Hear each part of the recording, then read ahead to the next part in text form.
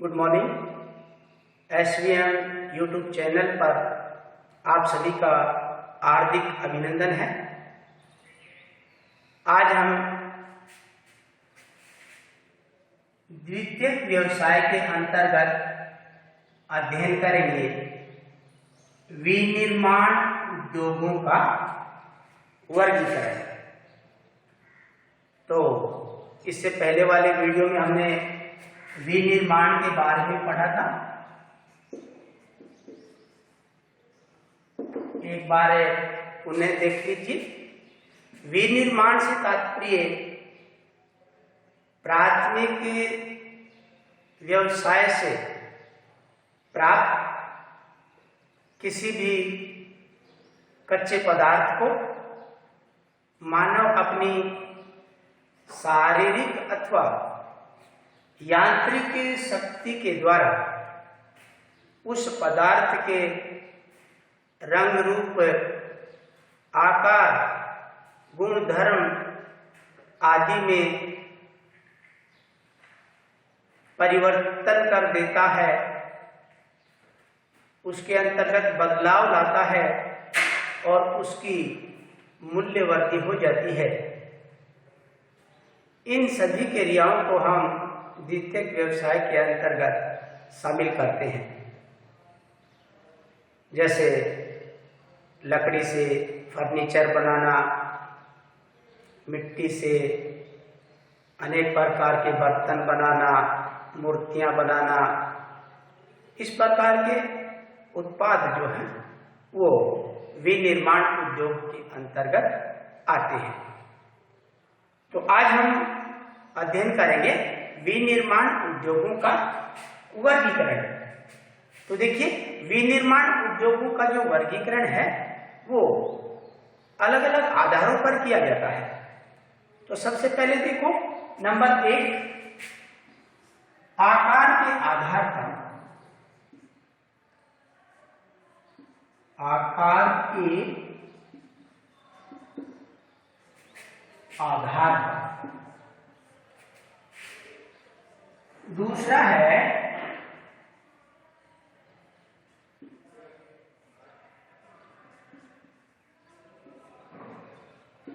कच्चे माल के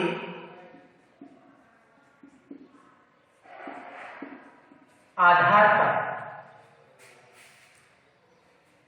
तीसरा है उत्पाद व स्वामित्व के आधार पर। उत्पाद व स्वामित्व के आधार पर। तो हम इनका अलग अलग प्रकार से, अलग अलग तरह से उनका विस्तार से अध्ययन करेंगे। तो सबसे पहले हम लेते हैं आकार के आधार पर उद्योगों का वर्गीकरण।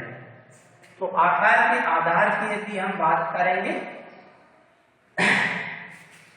तो इसमें देखो, किसी उद्योग का आकार, किसी उद्योग का आकार, उसमें निवेशित पूंजी अर्थात उसमें खर्च की गई पूंजी, उसमें कार्य करने वाले श्रमिकों की संख्या एवं उत्पादन की मात्रा के आधार पर निर्भर करता है। और इस आकार के आधार पर हम उद्योगों को 3 भागों में बांट लेते हैं। आकार के आधार पर हम उद्योगों को इन 3 भागों में बांट लेते हैं। लघु उद्योग,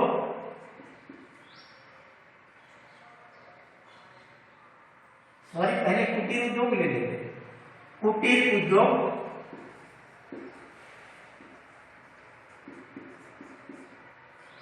लघु उद्योग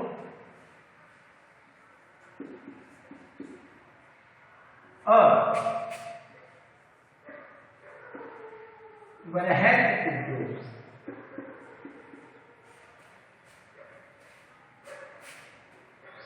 तो सबसे पहले हम बात करेंगे, जैसे शाब्दिक अर्थ है कुटीर उद्योग, कुटीर का मतलब एक छोटा उद्योग, या हम कह सकते हैं कुटीर उद्योग जो है वो निर्माण की सबसे छोटी इकाई है और इसमें दस्तकार स्थानीय कच्चे माल का उपयोग करते हैं। वह इसमें कम पूंजी और कम दक्षता की आवश्यकता होती है। साधारण प्रकार के औजारों से परिवार के सदस्य मिलकर के उसमें काम कर सकते हैं और अपने दैनिक जीवन के उपयोग की वस्तुओं का उत्पादन कर सकते हैं। तो कुटीर उद्योग के अंतर्गत कुछ ऐसी वस्तुओं का निर्माण होता है जो आधुनिक तकनीकी से उत्पादित वस्तुओं से प्रतिस्पर्धा करने में भी सक्षम होती हैं। इन उद्योगों में जैसे फर्नीचर बनाना, मिट्टी के बर्तन बनाना, मूर्तियां बनाना, कागज की लुगदी से अनेक प्रकार के छोटे छोटे बर्तन बनाना और उनका पत्तल आदि बनाना, ये छोटे छोटे काम हैं और इनके आधार पर व्यक्ति क्या है, आत्मनिर्भर हो जाता है और अपने दिनचर्या को आसानी से चला लेता है। जैसे हम गांव के अंतर्गत कुटीर उद्योग के अंतर्गत हम देखते हैं कि घरों में जैसे दरी बनाना है, अगरबत्तियां बनाना है, मोमबत्तियां बनाना है, इस प्रकार के छोटे छोटे जो व्यवसाय हैं वो शामिल होते हैं। तो हम कह सकते हैं कि निर्माण की सबसे छोटी जो इकाई है वो कुटीर उद्योग कहलाती है। तो गांव में इस प्रकार के जो व्यवसाय हैं उनमें जैसे सुनार है, कुम्हार है, नाई है, चरमकार है, बढ़ई है आदि इसमें आते हैं जो वहां की स्थानीय मांगों की पूर्ति करते हैं। दूसरा प्रकार है लघु उद्योग। लघु का मतलब इन्हें छोटे पैमाने के उद्योग भी कहा जाता है। इसमें स्थानीय कच्चे माल का उपयोग ज्यादा होता है और इसमें हम कहें कि अर्धकुशल श्रमिकों की आवश्यकता पड़ती है। इसके साथ साथ शक्ति के साधनों को चलाने के यंत्रों का प्रयोग भी इसमें किया जाता है और ये उद्योग विशेषतः जो विकासशील देश हैं उनकी संघन बसी जनसंख्या को बड़े पैमाने पर रोजगार देते हैं, जिससे स्थानीय लोगों की जो क्रय शक्ति है वो बढ़ जाती है। लघु उद्योगों तथा कुटीर उद्योगों में मुख्य अंतर यही है कि लघु उद्योगों में मशीन एवं चालक शक्ति का प्रयोग किया जाता है तथा श्रमिक भी इसमें वेतनिक रखे जाते हैं। जबकि हम बात कर रहे थे कुटीर उद्योग की तो इसमें मशीनों का उपयोग बहुत कम होता है। अवैतनिक ही श्रमिक घर के परिवार के सदस्य मिलकर के ही वो अपना उद्योग चला लेते हैं। तो इसमें मुख्य अंतर यही है कि लघु उद्योग में मशीनों और चालक शक्ति का प्रयोग किया जाता है तथा वेतनिक श्रमिक भी रखे जाते हैं जिनको वेतन दिया जाता है, तनख्वाह दी जाती है। जबकि कुटीर उद्योग में ऐसा नहीं होता। कपड़े, कागज का सामान, मिट्टी के खिलौने, मिट्टी के बर्तन, फर्नीचर, डेयरी उत्पाद, तेल के कारखाने, धातु के बर्तन, चमड़े का सामान आदि लघु उद्योगों के उदाहरण हैं। या हम कह सकते हैं कि कुटीर उद्योग का थोड़ा सा विकसित रूप जो है वो लघु उद्योग के अंतर्गत आता है, जिसमें मशीनों का और वेतनिक श्रमिकों का उपयोग किया जाता है और इसमें उत्पाद भी ज्यादा होता है। तीसरा हम लेते हैं वृहद उद्योग। और बृहत का शाब्दिक अर्थ होता है बड़ा, या हम कह सकते हैं इनको बड़े पैमाने के उद्योग। तो बड़े पैमाने के उद्योगों के लिए विभिन्न प्रकार के कच्चा माल, यानी अलग अलग उद्योगों के लिए अलग अलग प्रकार के कच्चा माल, शक्ति के साधन, पूंजी की ज्यादा आवश्यकता, विशाल बाजार, कुशल दक्ष श्रमिकों की आवश्यकता इसमें होती है। उच्च प्रौद्योगिकी और उच्च तकनीकी की आवश्यकता भी इसमें पड़ती है। इन उद्योगों का सूत्रपात हम ये कहें कि औद्योगिक क्रांति के बाद हुआ, और इसमें विशिष्टीकरण जो है उस पर विशेष ध्यान। बड़े पैमाने के उद्योगों के अंतर्गत उत्पाद में विशिष्टीकरण बड़े पैमाने के उद्योगों की सबसे महत्वपूर्ण विशेषता होती है, क्योंकि उस माल का विश्व के बड़े बड़े बाजारों में कंपटीशन होता है, तो उनमें उत्तम प्रकार का माल तैयार किया जाता है। और बड़े पैमाने के उद्योग जो हैं वो शुरुआती दौर में ग्रेट ब्रिटेन, पश्चिमी यूरोप, रूस, जापान आदि देशों में लगाए गए थे, लेकिन वर्तमान में इनका विस्तार लगभग विश्व के सभी भागों में हो गया है। सीमेंट उद्योग, सूती वस्त्र उद्योग, पेट्रो रसायन उद्योग, लोहा इस्पात उद्योग आदि इसके उदाहरण दिए जा सकते हैं, जिनमें बड़े पैमाने पर उत्पादन किया जाता है और उत्पादित माल की जो गुणवत्ता है उस गुणवत्ता पर विशेष ध्यान दिया जाता है। तो हम कह सकते हैं कि तो इस प्रकार से बड़े पैमाने के उद्योगों के अंतर्गत माल की जो उत्पादकता है उसका जो विशिष्टीकरण है उस पर विशेष ध्यान दिया जाता है, और उसमें बड़े पैमाने के बड़े स्तर के उद्योग आते हैं। दूसरे प्रकार का वर्गीकरण है कच्चे माल पर आधारित उद्योग। कच्चे माल पर आधारित उद्योग कि जो उद्योग लगा हुआ है उसको कच्चा माल कहाँ से प्राप्त होता है, जहां से उसको कच्चा माल प्राप्त होता है वह उद्योग उसी पर आधारित होता है। जैसे पहला है कृषि आधारित उद्योग। तो कृषि आधारित उद्योग जो है उसको हम इस प्रकार से परिभाषित कर सकते हैं कि वह उद्योग जिनके लिए कच्चा माल कृषि उत्पादों से प्राप्त होता है या कृषि उपजों को विभिन्न प्रक्रियाओं के द्वारा तैयार माल को ग्रामीण और नगरीय बाजारों में विक्रय हेतु भेजा जाता है, तो ये कृषि आधारित उद्योग कहलाते हैं। और इन उद्योगों के अंतर्गत भोजन प्रसंस्करण, वनस्पति घी, रबड़ आदि उद्योग इसके उदाहरण हैं, क्योंकि ये कच्चा माल जो है कहाँ से प्राप्त होता है, कृषि से प्राप्त होता है। जैसे इसी प्रकार से वस्त्र उद्योग, वस्त्र उद्योग के लिए कच्चा माल कहाँ से प्राप्त होता है, कृषि से प्राप्त होता है।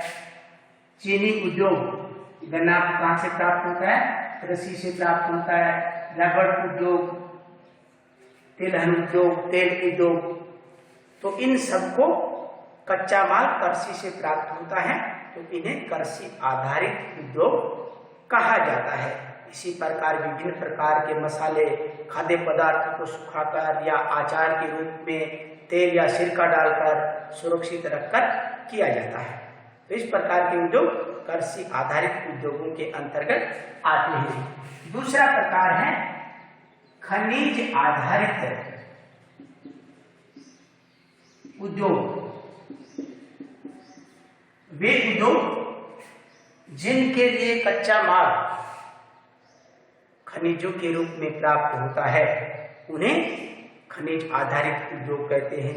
या हम कहें कि इन उद्योगों में खनिजों को कच्चे माल के रूप में उपयोग किया जाता है कुछ उद्योग में लौह अंश वाले धात्विक खनिजों का उपयोग भी कर सकते हैं, जैसे लोहा इस्पात उद्योग, मशीन, औजार, रेल इंजन, कृषि के औजार आदि प्रमुख इसके उदाहरण। इसी प्रकार से देखें हम, लोहा इस्पात उद्योग है, सीमेंट उद्योग है, एल्युमिनियम उद्योग है, तांबा एवं जवाहरात उद्योग है। इन सब के लिए कच्चा माल कहां से प्राप्त होता है? खनिजों के रूप में प्राप्त होता है, या ये खनिजों पर आधारित उद्योग हैं। तीसरे प्रकार का है रसायन आधारित उद्योग।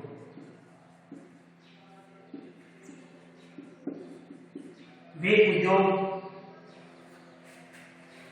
जिनके लिए कच्चा माल जो है, रासायनिक कच्चा माल जो है वो रासायनिक पदार्थों के रूप में उपयोग होता है, या हम कहें कि इस प्रकार के उद्योगों में प्राकृतिक रूप से पाए जाने वाले रासायनिक खनिजों का उपयोग होता है। पेट्रो रसायन उद्योग में खनिज तेल का उपयोग होता है। रासायनिक उर्वरक, पेंट, वार्निश, प्लास्टिक, पेट्रोकेमिकल आदि इनके उदाहरण देखे जा सकते हैं। तो वे उद्योग जो रसायन पदार्थों पर आधारित होते हैं उन्हें रसायन आधारित उद्योग कहा जाता है, जैसे पेट्रो रसायन उद्योग, नमक उद्योग, प्लास्टिक उद्योग आदि आदि। अगला है वन आधारित उद्योग। हम कह सकते हैं कि वे उद्योग जिनके लिए कच्चा माल वनों से प्राप्त होता है। इन वनों से प्राप्त उत्पादों का ज्यादा प्रयोग किया जाता है। कागज और लुगदी उद्योग, फर्नीचर उद्योग, दिया सिलाई उद्योग, लाख उद्योग आदि इसके उदाहरण हैं। लकड़ी, फर्नीचर, अनेक प्रकार के उद्योग, या हम स्पष्ट रूप से ये कहें कि वे उद्योग जिनके लिए कच्चा माल जो है वो वनों से प्राप्त होता है, उन्हें हम वन आधारित उद्योग कहते हैं। अगला वर्गीकरण है अपना पशु आधारित उद्योग, यानी वे उद्योग जिनके लिए कच्चा माल पशुओं से प्राप्त होता है, उसे हम पशु आधारित उद्योग कहते हैं। जैसे चमड़ा व ऊन पशुओं से प्राप्त होती है, तो ये उनके लिए प्रमुख कच्चा माल है। चमड़ा उद्योग के लिए चमड़ा व ऊनी वस्त्र उद्योग के लिए ऊन कहाँ से प्राप्त होती है? पशुओं से प्राप्त होती है। तो हम कह सकते हैं कि वे उद्योग जिनके लिए कच्चा माल पशुओं से प्राप्त होता है पशु आधारित उद्योग कहलाते हैं। जैसे चमड़ा उद्योग, चमड़ा पशुओं से प्राप्त होता है। ऊनी वस्त्र उद्योग, ऊन जो है पशुओं से प्राप्त होती है।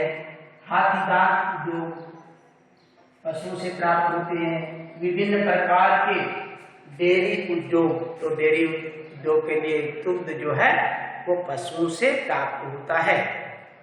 तो इस प्रकार से कच्चे माल के आधार पर ये आधारित उद्योग थे, जो कृषि आधारित, खनिज आधारित, रसायन आधारित, वन आधारित और पशु आधारित के रूप में चलते हैं।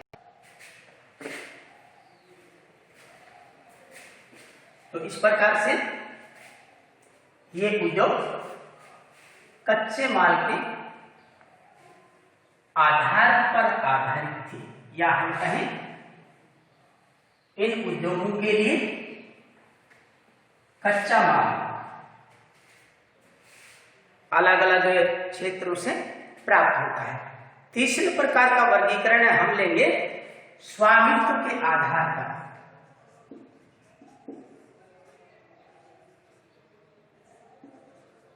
के आधार पर उद्योगों का वर्गीकरण।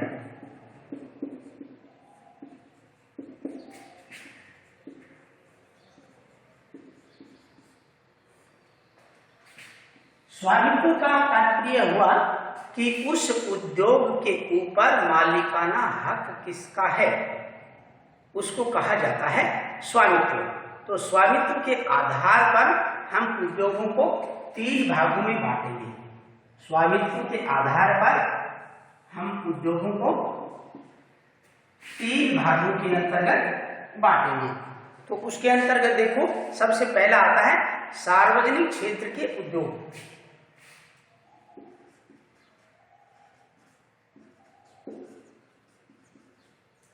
सार्वजनिक क्षेत्र के उद्योग। तो सार्वजनिक जैसा कि नाम है, सार्वजनिक सबका, सरकारी, या हम कहें ये उद्योग सरकार के अधीन होते हैं। किसके अधीन होते हैं? सरकार के अधीन होते हैं। भारत में बहुत से उद्योग सार्वजनिक क्षेत्र के अधीन आते हैं और साम्यवादी देशों में अधिकांश उद्योग सरकारी स्वामित्व वाले होते हैं। मिश्रित अर्थव्यवस्था में निजी और सार्वजनिक दोनों प्रकार के उद्योग पाए जाते हैं।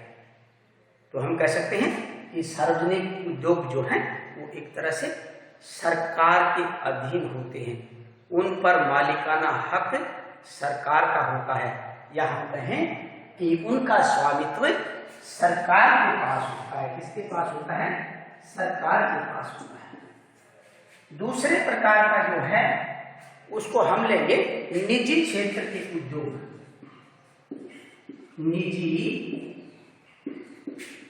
क्षेत्र के उद्योग।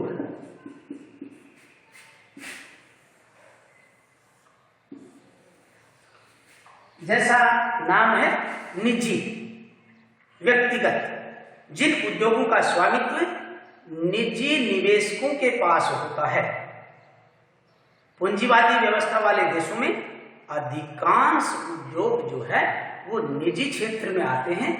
उन उद्योगों का जो मालिकाना हक है वो व्यक्ति विशेष का होता है, इसीलिए उनको निजी क्षेत्र के उद्योगों के अंतर्गत शामिल किया जाता है। तीसरा प्रकार आता है संयुक्त क्षेत्र के उद्योग। संयुक्त क्षेत्र के उद्योग।